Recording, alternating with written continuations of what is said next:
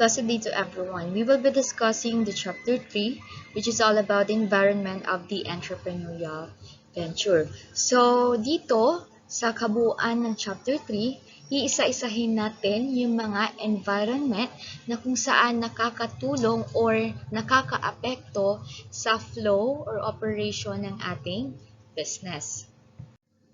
So in this video, we are going to discuss first the lesson number 1 of chapter 3 entitled The Physical Environment. What is the nature and concept of the entrepreneurial venture? So we will be discussing those nature and concept ng ating business or yung tinatawag nating entrepreneurial venture. An entrepreneurial venture is created out of the business opportunities which the entrepreneur should seek to exploit. So before an entrepreneur start his or her own business, kinakailangan niya munang pag-isipang mabuti kung ano nga ba yung business opportunities na naghihintay sa kanyang negosyo. Nang sa ganon, hindi masayang yung oras at panahon na binuhos, maging yung pera na ginamit niya just to establish her or his own business. Business opportunities emerge from the entrepreneurial ideas that arise from the changes in the environment, government policy, or the technological advancement. So, syempre, before we create or before tayo makapagbigay ng attention sa business opportunities, kinakailangan magkaroon muna tayo ng tinatawag na entrepreneurial ideas. So last time, nasabi ko sa inyo sa discussion na dapat we must create an entrepreneurial idea. So for example, ay gusto kong magtayo ng sarili kong store wherein magbebenta ko ng mga different clothes.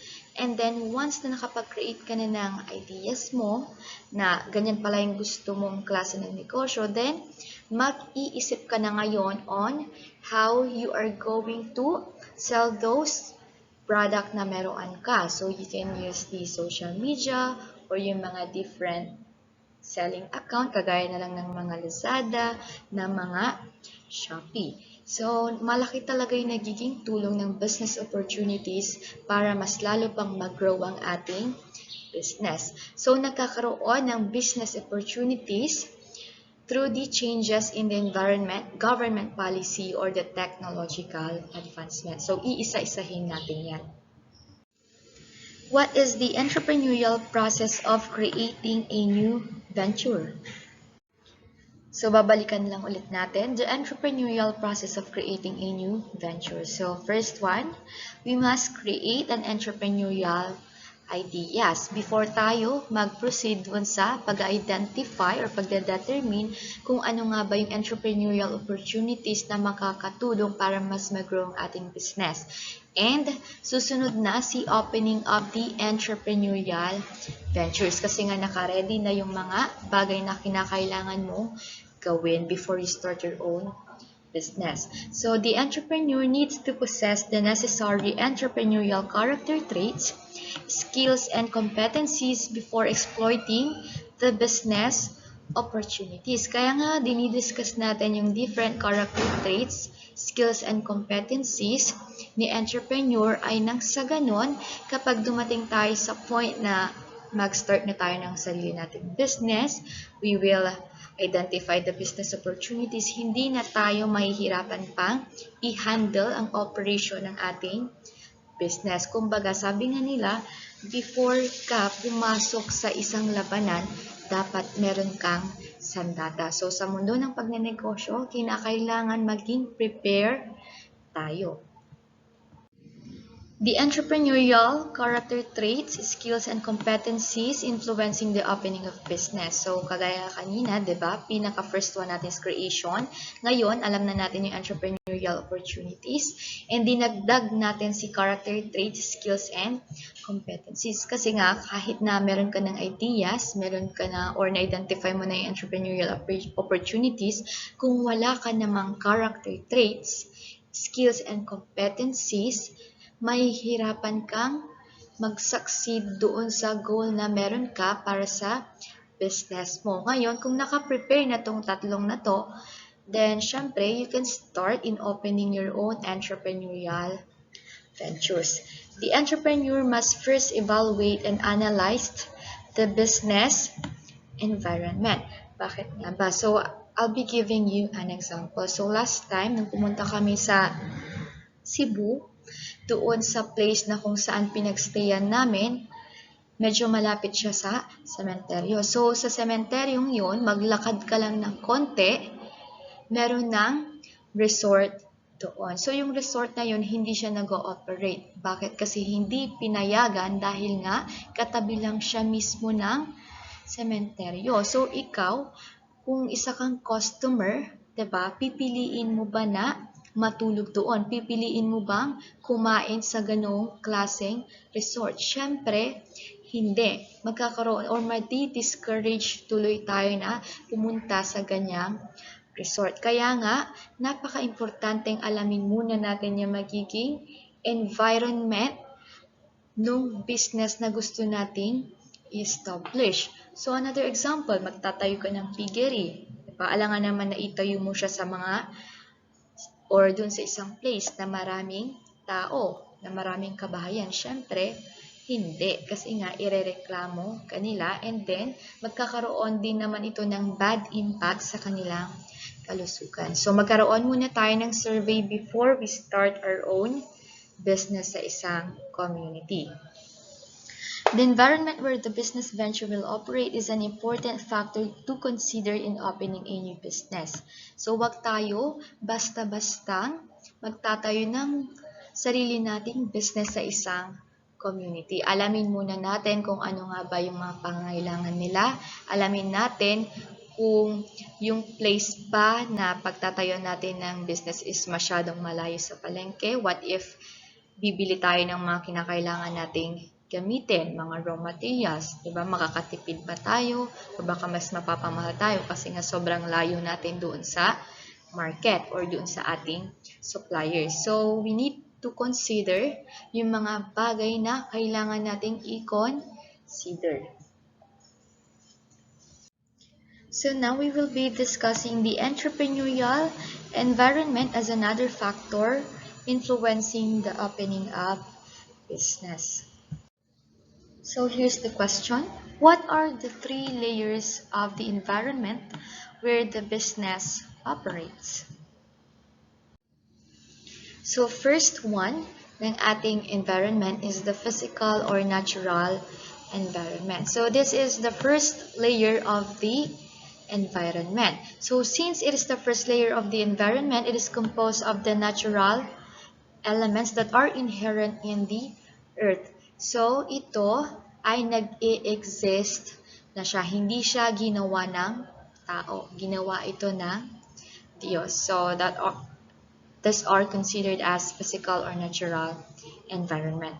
It is divided into climate, physical resources, and wildlife. So, iisa-isahin natin yung tatlong yan dito sa lesson number 1 of chapter 3. The 3 natural elements of the physical environment have significant contributions and effects to the business venture. So, malalaman natin kung ano nga ba yung magiging effect nito sa ating business environment or sa ating entrepreneurship. Prospective entrepreneurs should critically evaluate them before opening their business. Nang sa ganun, hindi masayang yung effort natin, yung pera na ginastos natin when we start the business, yung mga techniques, yung pag-iisip natin, yung pagpupuyat natin. So, for this one, the physical or natural environment, based on this illustration, before we start our new business, we must consider the physical environment wherein under niya yung 3 natural elements such as the physical resources, climate, and sea wildlife.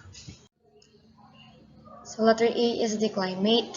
The climatic condition in a particular region in the Philippines where the business will be established must be evaluated. So it's really important for us bilang entrepreneur na i-check natin yung climate sa isang community na kung saan gusto nating establish ang business natin. So, the entrepreneur must consider the prevalent climatic condition of the area where he or she intends to open the business to determine whether it can withstand or is it fit to the climatic condition in the local area. So, example na lang, kapag nasa malamig na lugar tayo, Baguio, di ba? Pwede tayong maglagay or mag-start ng farm natin doon, kagaya na lang ng mga prutas na sa palagay natin ay nabubuhay sa mga malalamig na area, mga vegetables, diba? Ano pa? Yung pagbebenta natin ng mga jacket, ng mga sapatos, ng mga medyas, ng mga different products na kung saan sa palagay mo ay papatok. Nang sa ganon, hindi mabankrupt ang negosyo mo. Another example, diba? Kapag magnenegosyo ka, dapat huwag kang mag-i-establish ng negosyo mo sa isang lugar na alam mong bahain or laging dinadalaw ng bagyo. Bakit? Kasi ikaw lang din ang mahihirapang mag-adjust. So, before ka pa lang pumunta doon sa proseso ng pag-i-establish ng business mo, pag-isipan mo munang mabuti, i-check mo munang mabuti yung climate dyan. Kasi makaka-apekto ito sa performance ng iyong business. So our second one is the physical resources.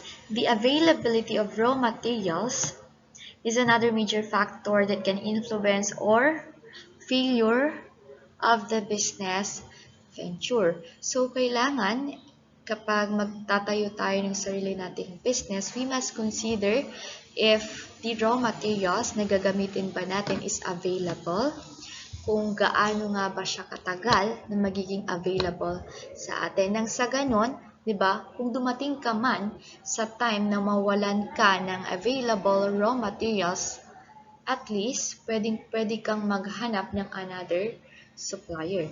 The availability or lack of raw materials will determine the cost of the products.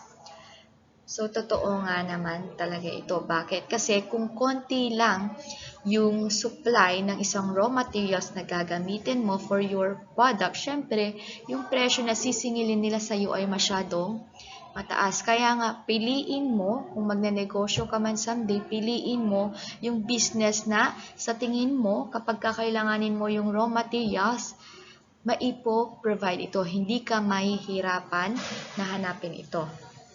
Next one, entrepreneur must critically assess the availability of raw materials in the local before opening a new business. Kasi, paano kapag halimbawa sa paglipas ng isang taon, wala na pala yung raw materials mo, edi madedelay tuloy yung operation ng iyong business. Next, must evaluate if the available raw materials to be used for the proposed business are sufficient for a long-term operation. Nang sa ganon, diba, makakagawa ka na ng way or ng different techniques, ng different procedure kung ano nga ba yung pwede mong maging option once na hindi na available yung raw materials na kakailanganin mo. Or, o di kaya naman, diba, ngayon pa lang, before ka pa mapunta sa ganyang posisyon, at least, naiwasan mo na. So, third one, under the physical or natural environment is the wildlife. So, anong kinakailangan gawin ng ating entrepreneur? So, they must ensure that his or her business contributes to the preservation and not the destruction of the ecological system of the local community and our country in general. So, kinakailangan yung business na establish natin, hindi tayo makakasira ng mga natural resources. Hindi natin masisira yung wildlife na meron tayo. Kasi nga, diba, bilang na lang yung wildlife na meron tayo and then babawasan pa natin, sisirain pa natin. Paano na lang ba yung magiging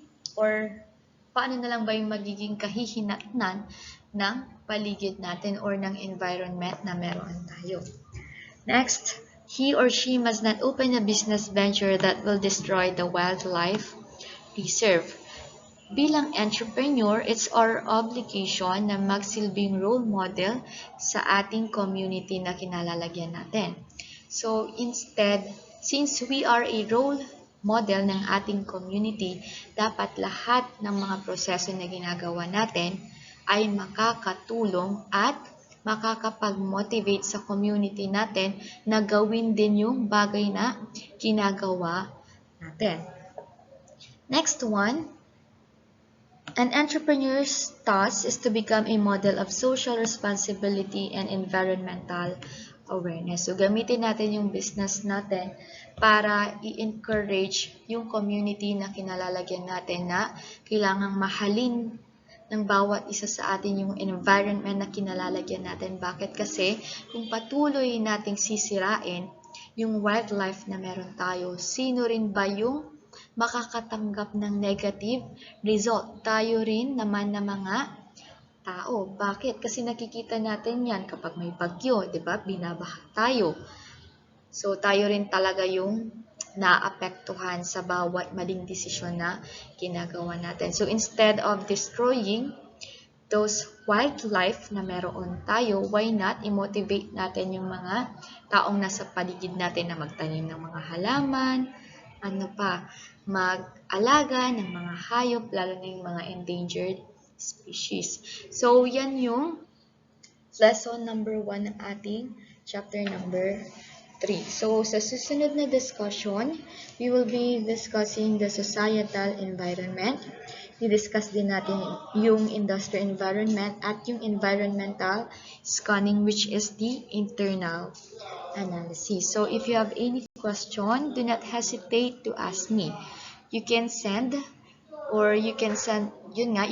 me a private message or pwede rin sa ating group chat. So, I hope natuto kayo sa ating discussion.